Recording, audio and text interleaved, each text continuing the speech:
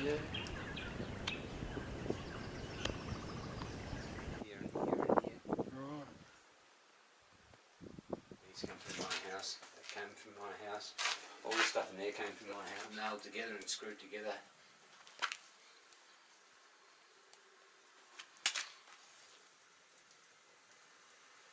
You gotta see the bloody thing. They can look at it when they get home. Yes, they do.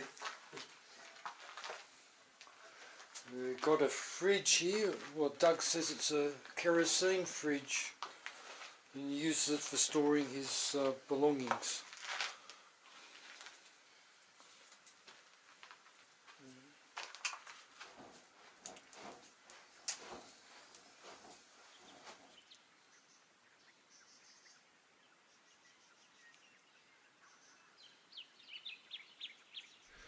Time is almost 6:30 and it's the 20th of October. Camped outside Max and Bert's hut. Thermometers saying temperatures somewhere around 13 degrees Celsius, so not very cold at all.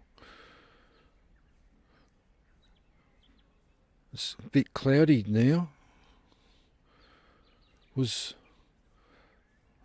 when we retired last night at 10 p.m, it was clear sky.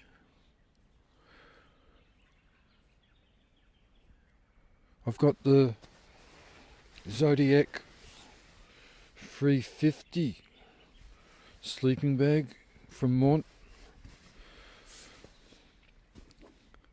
Only 350 grams of down, so not for really cold temperatures, but was adequate last night, and got the old Firmarest and trying out this Cedar Summit bug tent under the Caribou fly. Probably not enough overhang on the Caribou fly to give much protection if there's rain coming in from the end.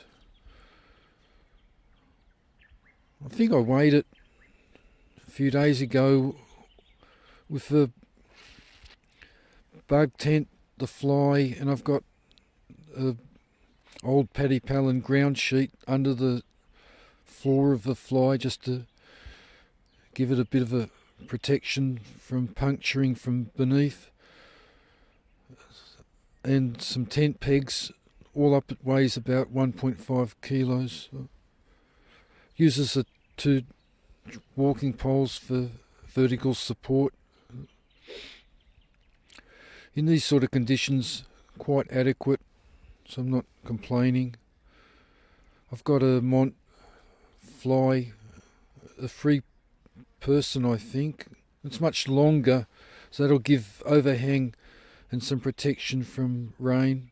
So if it was likelihood of heavy rain, then that'd be the better choice, I would think, to cover the bug tent. Be getting up now and go and cook breakfast.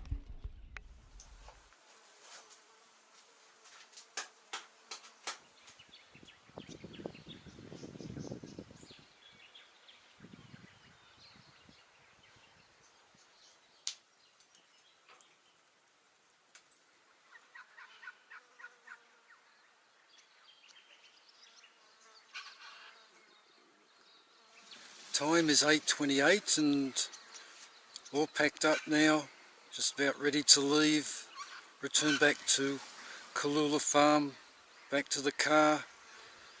It's about 8 kilometres back to the car.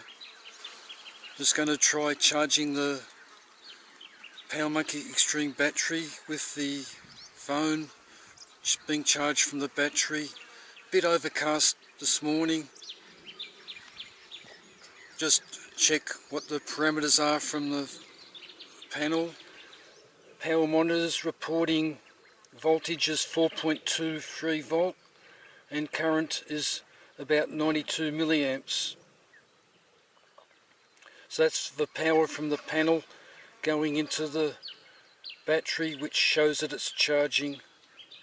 So the battery's pretty full charge at the moment, but I'll be drawing on the battery, charging the phone on the trip back to the car. Yes, the phone's showing currently 91% charge, so it's not too bad. Was able to charge it a little bit yesterday in the late afternoon in the sunshine. It went up from 91% to 100% in quite quick time. Should add, yesterday afternoon, charging the phone, the panel was producing about 3.5 watts. I was up at Bushfolds with my wife, and we were I should turn this on.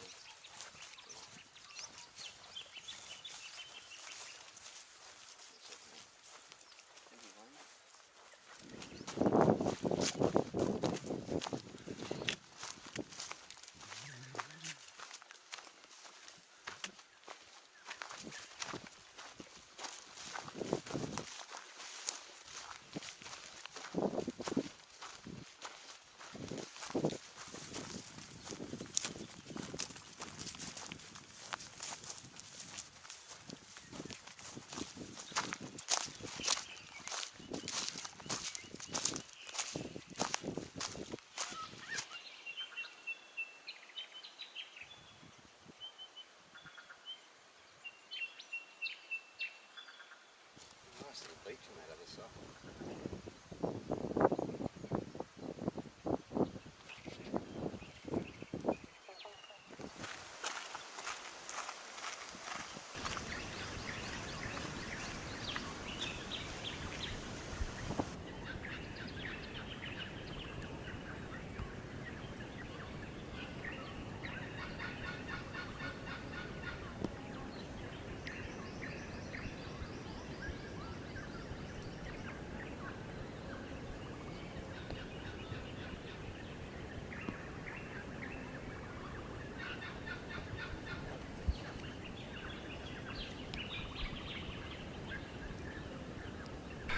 Since leaving Max and Bert's hut, I've had the solar panel charging the Power Monkey battery, which in turn is charging the mobile phone.